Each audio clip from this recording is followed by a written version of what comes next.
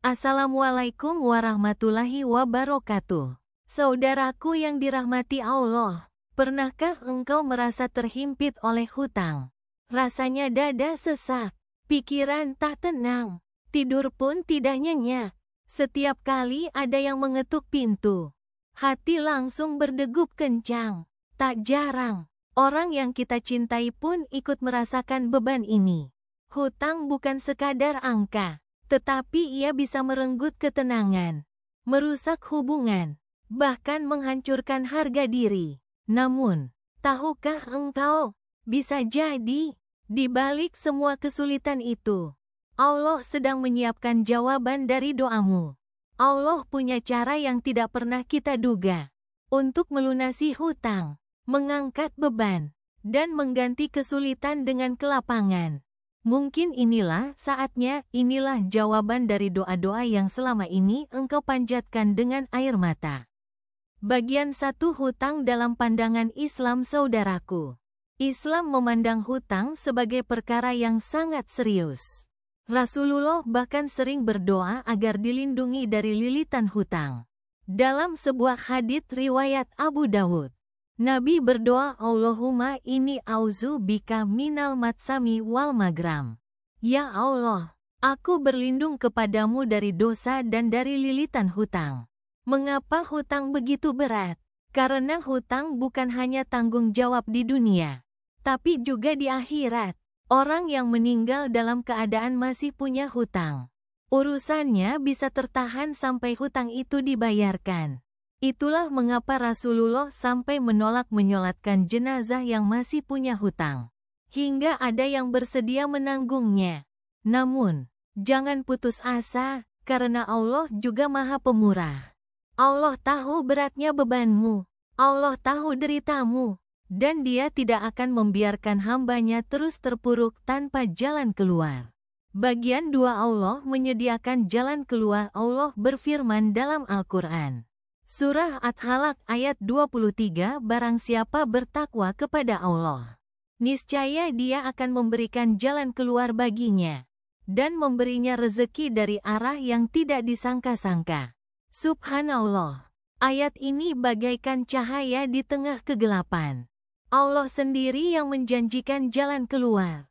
Bisa jadi jalan itu berupa rezeki yang datang tiba-tiba, peluang usaha yang tak pernah kita pikirkan, atau pertolongan dari seseorang yang sebelumnya bahkan tidak kita kenal. Seorang ulama pernah berkata, jika engkau ingin Allah melunasi hutangmu, perbanyaklah bertakwa, sebab takwa adalah kunci datangnya pertolongan Allah.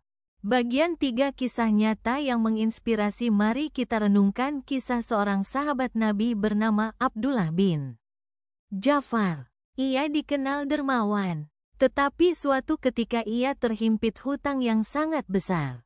Apa yang ia lakukan? Ia mendatangi Rasulullah dan meminta doa. Nabi mengajarkannya sebuah doa khusus, Allahumma kfini bihalalika an haramika, wa aknini bifadlika aman siwaka. Ya Allah, cukupkanlah aku dengan yang halalmu, jauhkanlah aku dari yang haram, dan kayakanlah aku dengan karuniamu dari selainmu. Tak lama kemudian, Allah bukakan jalan rezeki yang melimpah untuknya hingga hutangnya lunas. Kisah ini mengajarkan kita bahwa doa, keyakinan, dan tawakal adalah senjata paling ampuh ketika kita terhimpit hutang. Jangan remehkan doa, sebab doa bisa menggerakkan langit dan bumi. Bagian 4, cara Allah yang tak terduga. Saudaraku, kadang-kadang Allah melunasi hutang kita dengan cara yang benar-benar tak kita sangka. Ada orang yang tiba-tiba mendapatkan rezeki dari usaha kecil yang baru ia mulai. Ada yang mendapat order besar setelah sekian lama sepi. Ada yang tiba-tiba mendapat warisan atau hadiah. Bahkan ada yang dibantu oleh orang asing yang sama sekali tidak ia duga sebelumnya. Semua itu bukan kebetulan. Itu adalah jawaban dari doa yang engkau panjatkan selama ini. Itulah cara Allah bekerja, penuh rahasia, penuh keajaiban. Bagian 5, amalan yang membuka jalan lunas hutang. Lalu, Apa yang bisa kita lakukan agar Allah bukakan jalan lunas hutang? 1. Perbanyak istighfar. Rasulullah bersabda, barang siapa memperbanyak istighfar, niscaya Allah akan memberikan jalan keluar dari setiap kesempitan dan memberi rezeki dari arah yang tidak disangka-sangka.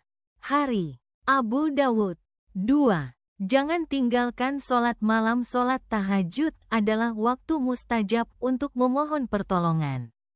Banyak ulama dan orang saleh yang terbebas dari hutang melalui doa di sepertiga malam terakhir. 3. Sedekah. Meski sedikit, jangan remehkan sedekah. Allah berfirman, perumpamaan orang yang menginfakkan hartanya di jalan Allah adalah seperti sebutir biji yang menumbuhkan 7 tangkai. Pada tiap-tiap tangkai ada 100 biji. Qs. Al-Baqarah 261. Sedekah bisa membuka pintu rezeki yang luar biasa. 4. Berdoa dengan doa Nabi. Doa yang tadi sudah disebutkan, Allahumma kfini bihalalika an haramika wa aknini bifadlika aman siwaka. Bacalah dengan penuh keyakinan setiap selesai sholat. 5. Tawakal dan yakin kepada Allah. Ingat, rezeki bukan hanya dari kerja keras, tapi dari izin Allah. Maka setelah berusaha, serahkan semua pada Allah dengan penuh tawakal. Bagian 6. Motivasi hati. Saudaraku, mungkin engkau sudah lama berdoa, sudah lama menangis, tapi hutang masih ada. Jangan berhenti berdoa, sebab bisa jadi Allah ingin engkau semakin dekat dengannya sebelum Dia bukakan jalan keluar.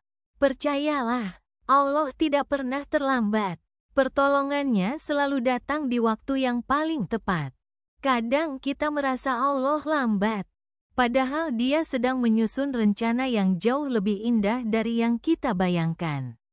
Mungkin hari ini engkau merasa sempit, tapi besok Allah bisa lapangkan dengan cara yang ajaib. Jangan ragukan kekuasaannya. Penutup, ajakan dan doa. Saudaraku, jika engkau saat ini sedang terlilit hutang, jangan putus asa, jangan menyerah, jangan biarkan dirimu hancur karena putus harapan.